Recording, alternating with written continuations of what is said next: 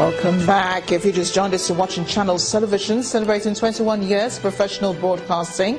This is the news at 10, a reminder of our major stories tonight.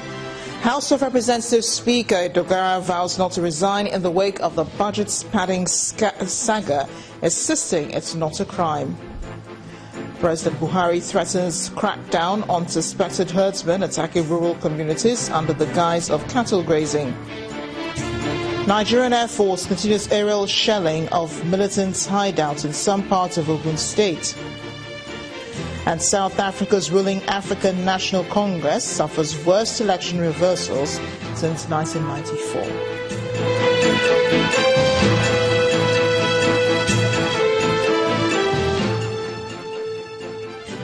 Just a reminder here that all our top stories can be found on our websites, channelstv.com and on youtube.com/channelsweb. Do visit m.channelstv.com to view us live on a mobile device. You can also download the Channels TV app for Android, iOS and Windows phones from their respective stores. And now, besides the news and updates, the Channels TV app has an Eyewitness feature. We encourage you to use it to share those pictures, videos or news of happenings around you. Just install the app, then tap and swipe to reveal the Eyewitness menu and follow the instructions.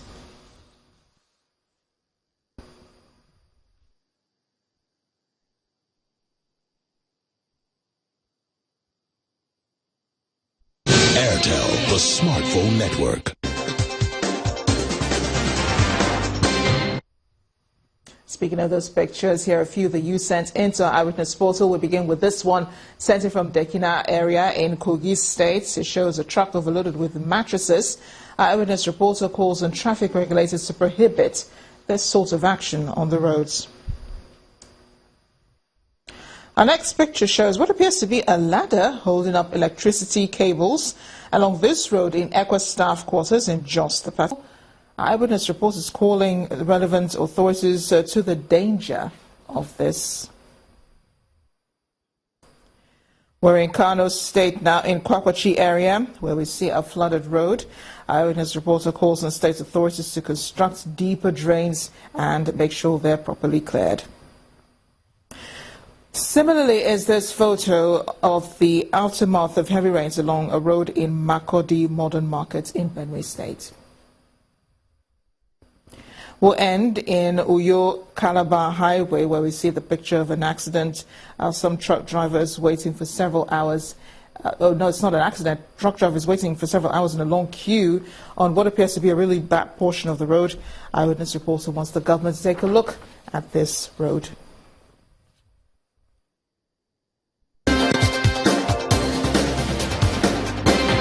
Airtel, the smartphone network.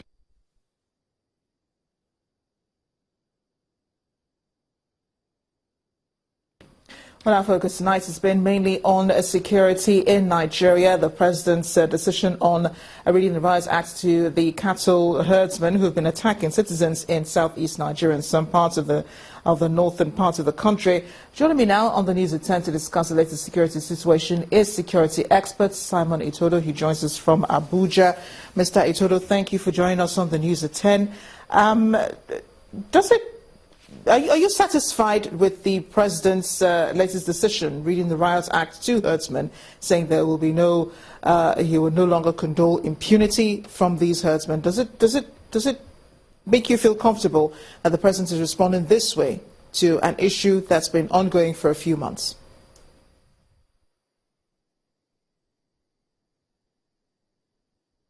First and foremost, I would want to send my condolences to Nigerians that have lost their loved ones in the issue of the farmers and herders that have happened in the past. Yes, it is better late than never. We are so happy that the presidency have tuned in their body language in the issue as regards to the Fulani and herders crisis. Yes, most of them felt, that the president is from their region, the president is a Fulani man, he has cows, and they felt they could go ahead to do whatever they want to do. But with the presidential language now, body language, telling our security agencies to wake up from their slumbers and make sure that, yes, they bring these people to book is a welcomable idea and initiative. Yes, Nigerians have been expecting this in a very long time, but for it coming now, it is still better than never. What exactly are you expecting to see? More presence of security operatives in these areas, or more arrests or more clampdown on herdsmen? What exactly are you expecting?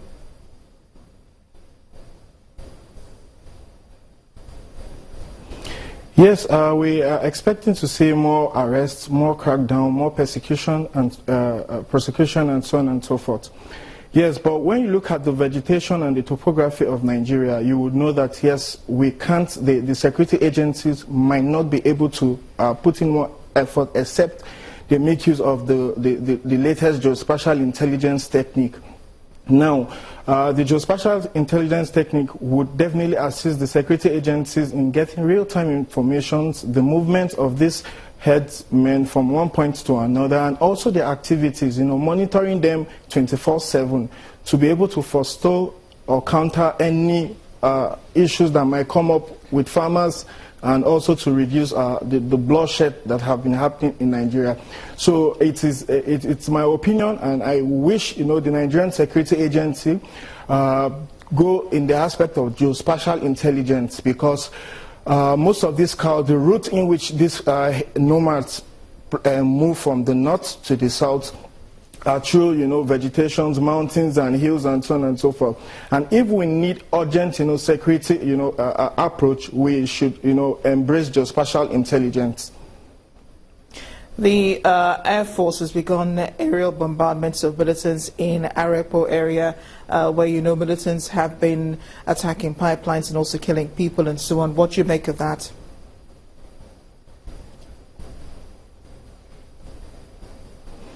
Yes, we're indeed proud of the Air Force in their activities on the ongoing, aerial bombardment in Ogun State. Yes, the Air Force is supposed to, carry out those activities to show, yes, the air power might.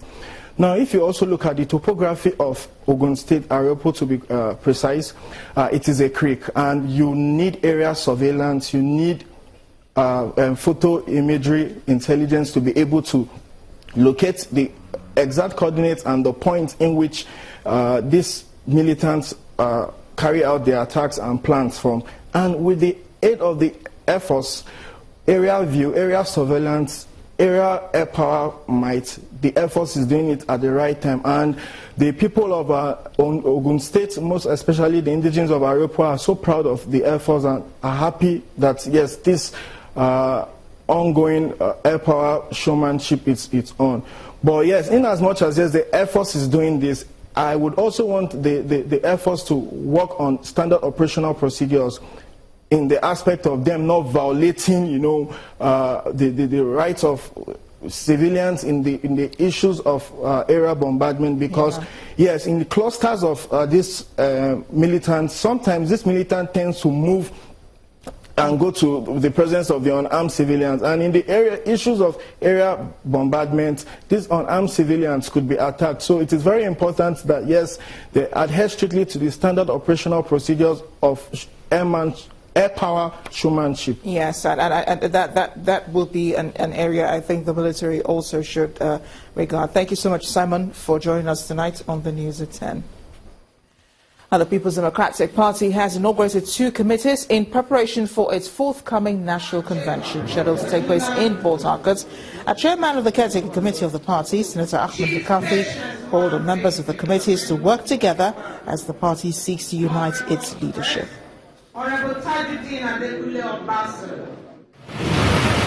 The caretaker committee will not define their activities. Their activities are defined by the constitution of the PDP. We will not assign responsibilities to each one of you. You assign responsibilities to yourselves when you break into subcommittees. Our role was purely to put you in place and to inaugurate you. We put you in place and we're inaugurating you. It is very important that members participate effectively in the activities of the subcommittees. very, very important.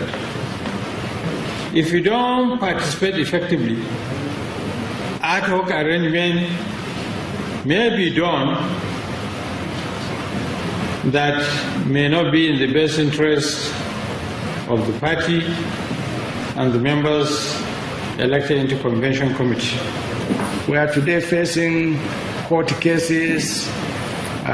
What we are supposed to be judging ourselves, solving our problems, is going out, and we are being judged by someone else apart from what is said in our constitution. Well, your BOT has sat down to look at these problems. While we accept the principle and the agreement already reached by the National Convention, we are also looking at another theory of reconciliation. Still ahead of the news at 10, Central Bank of Nigeria offers assurances of improved economy despite harsh business climate. We'll have more on business news. Please join us again.